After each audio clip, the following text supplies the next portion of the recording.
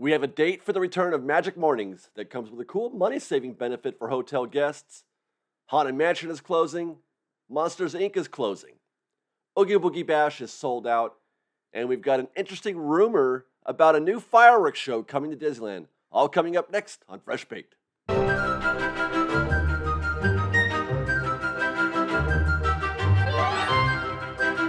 Hi guys, David here with Fresh Baked, and we've got some interesting updates for you from around the Disneyland Resort. And our first story is that we finally got a date for the return of Magic Mornings at Disneyland. They're coming back August 8th. For those unaware, Magic Mornings is a benefit for guests staying on property at one of the 3 Disneyland Resort hotels where they are allowed early entry into the parks. Let's say the parks open at 8 a.m. Magic Morning gives you access to the park, hotel guests, access to the park at 7:30 a.m., a half an hour early. It's a great way for hotel guests to get that added benefit of beating the rush, to get ahead of the crowds, especially for those attractions that get busy really fast. But not all attractions are going to be included in these Magic Mornings. Here is the complete list of all attractions that are going to be open at 7:30 a.m. for hotel guests. At Disneyland, you can ride Alice in Wonderland, Astro Orbiter, Buzz Lightyear, the Monorail, Dumbo, King Arthur Carousel, Mad Tea Party, Mr. Toad's, Pinocchio, Snow White, Space Mountain, and Star Tours. Now, you'll probably notice a couple of things from this list. It's missing attractions like Indiana Jones, the Matterhorn, Rise of the Resistance, or even Smuggler's Run. In fact, the only Fast Pass attraction on that list is Space Mountain. And I'm sure because of that, Space Mountain's probably going to get like half that action in the Magic Mornings. But the other thing you might have noticed is that's just 2 lands. It's Fantasyland and Tomorrowland. Actually, most of those rides at Fantasyland are the dark rides, Fantasyland A, which is kind of neat because you can, if Fantasyland is a goal for you, if you have kids, that's a great opportunity. You can knock out all of those dark rides in the first 30 minutes.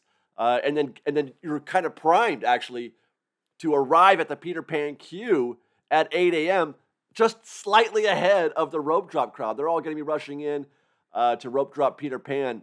But those of you who are in there for Magic Morning will get a little bit of a head start on that crowd. So that's a pretty neat advantage. Same thing for Tomorrowland. You could ride Space Mountain, Buzz Lightyear, Monorail, Astro Orbiter. I mean, that's a good start for your morning. Meanwhile, over at DCA, you can go on Mission Breakout, Incredicoaster, Ariel's Undersea Adventure, Mater's Junkyard Jamboree, Monsters Inc., Soarin', and Web Slingers. Right away, we can see that is a much better bargain for Magic Morning guests at DCA. You get, how many, what is that? That's Incredicoaster, Mission Breakout, Monsters Inc., Soarin', and Web Slingers. There's 5 Lightning Lane attractions, actually 4 GD Plus attractions, and 1 paid Lightning Lane attraction. That's an actual money saver for you. You can ride Web Slingers without paying for individual Lightning Lane before the rest of the crowds do. As Magic Morning, that's a great, you could save $15 per person doing that. That's pretty neat. Otherwise, you can kind of take your pick of some of the other popular Lightning Lane attractions. Mission Breakout's a great opportunity. Incredicoaster. However, you could probably only do maybe 1 or 2 of these at best because these are a little more spread out throughout the park than they are over at Disneyland, where it's just Fantasyland and Tomorrowland. But still, even though it's a half an hour, it was an hour before. Pre-COVID, Magic Mornings were an hour before, which was pretty great. I was very jealous of those Magic Morning folks, but still, a half an hour is pretty good. It's a reason to stay at the hotel. Okay, next we have news that Haunted Mansion is closing on August 15th, but don't panic. It's not a refurb or anything like that. This is part of its regularly scheduled shutdown. On August 15th, it's going to go down for 2 weeks in order to make room for the Nightmare Before Christmas overlay. And actually, just saying that out loud, I cannot believe the fall season is almost here already. We just started the summer season. It feels like we did just start the summer season. But in just over a month, we're going to lose Classic Haunted Mansion for just about 5 months. That's almost half a year, which sparks the yearly conversation, the yearly debate. Is 5 months too long to go without Classic Haunted Mansion? Is 5 months too much? And if you believe that it's too much and you want to shorten that time frame, where do you cut? What is Nightmare Overlay? Is it a Christmas holiday? Is it a Christmas overlay? Or is it a Halloween overlay? Which season do you get rid of if you could? I don't think they're going to do either one, but it's a fun conversation to have. Let us know your thoughts.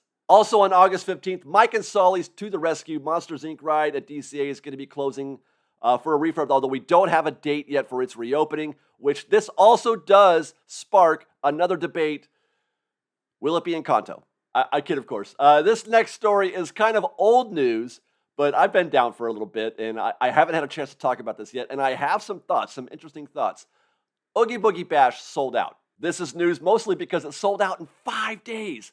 5 days. Let me put that into perspective. Last year, it sold out in 39 days, which actually seemed kind of fast. There was a lot of demand, in my opinion. I felt like there was a lot of demand for Oogie Boogie Bash last year, and it did sell out in 39 days. And that is pretty quick when you compare it to what happened in 2019. There was no Oogie Boogie in 2020. In 2019, it took months to sell out. They started selling Oogie Boogie Bash in April, and it didn't sell out until September.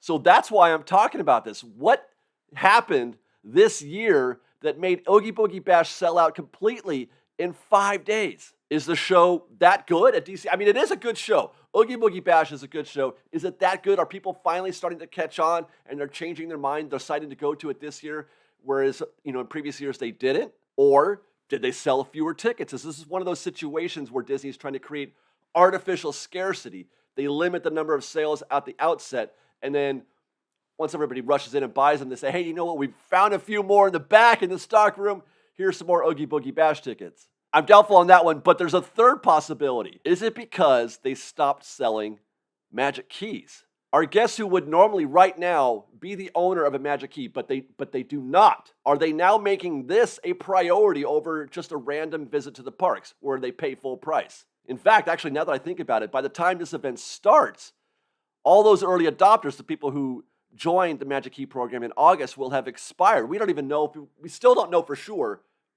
Disney hasn't said publicly if they're going to be able to renew. So it's possible that there will be no Magic Keys by this point, by September, by the time Oogie Boogie Bash starts. All I can say is I know that if I didn't have a Magic Key, I would absolutely prioritize going to Oogie Boogie Bash. That would be one of my park visits. I would do that instead of making another random park visit. Mind you, I'm talking about making a full price visit. There are guests out there who, because they don't have a Magic Key, they're going to decide to, and they still want to go to Disneyland, they're going to pay full price. But why pay full price on a Tuesday to go to Disneyland when you can pay full price and go to Oogie Boogie Bash instead? So I do feel like that's kind of the reason that people are prioritizing this event this year where they might not have in the past. Interesting situation. We'll find out how this compares to maybe next year if the passes come back. And with that, we'll wrap with an interesting rumor coming out of Disneyland News Today. They're reporting that Disneyland may be getting a new fireworks show as part of the Walt Disney Company's centennial celebration. The Walt Disney Company will celebrate its 100th birthday in 2023, and there is sure to be a party or two. And per Disneyland News Today, part of that will be a new fireworks show called Wondrous. The show would focus on the 100-year history of the Disney Animation Studios, and it's expected to debut, per Disneyland News Today, late January of 2023, with some kind of announcement at D23 this year.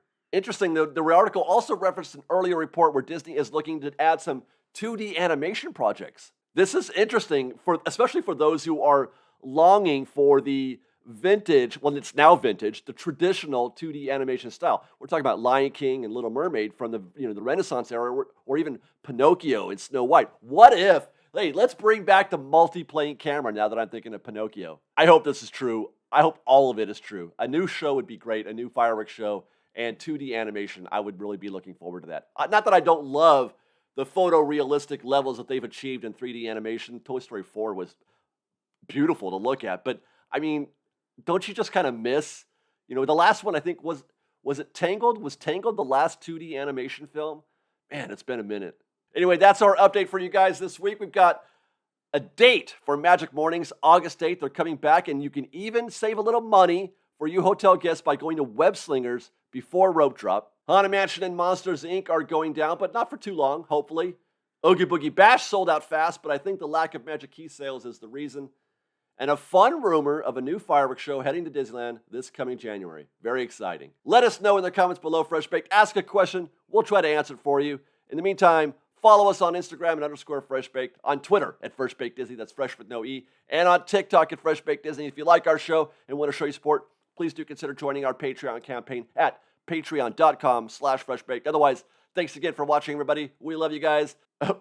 Be safe out there. Be kind to one another. And Fresh Baked, I almost forgot how to do the outro.